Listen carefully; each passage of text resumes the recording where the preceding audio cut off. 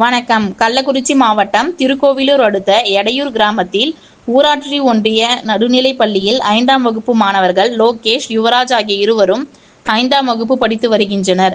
வழக்கம் போல இன்று மதியம் பள்ளியில் மதிய உணவு சாப்பிட்டு விட்டு தட்டு கழுவி வைத்துவிட்டு சாலை பக்கம் சென்ற மாணவர்கள் இதுவரை பள்ளிக்கு திரும்பாததால் அதிர்ச்சி அடைந்த பெற்றோர்கள் இது குறித்து ஆசிரியர்களிடம் கேட்டபோது, பள்ளிக்கு வந்தார்கள், எங்கு சென்றார்கள் என்று எங்களுக்கு தெரியவில்லை என்று சாதாரணமாக பதில் கூறியதால் ஆத்திரமடைந்த கிராம மக்கள் மற்றும் பெற்றோர்கள் பள்ளியை முற்றுகையிட்டு மாணவர்களை கண்டுபிடித்து தருமாறு ஆசிரியர்களிடம் கோரிக்கை வைத்து வருகின்றனர்.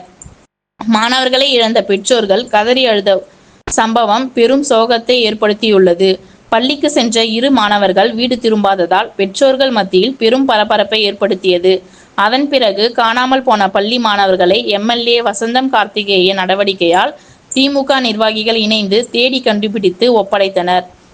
ரெட் நியூஸ் தமிழ் செய்திக்காக கள்ளக்குறிச்சி மாவட்ட செய்தியாளர் முத்துக்குமரன். செய்திகளை உடனுக்குடன் தெரிந்து கொள்ள ரெட் நியூஸ் தமிழ் சேனலை சப்ஸ்கிரைப் செய்யவும்.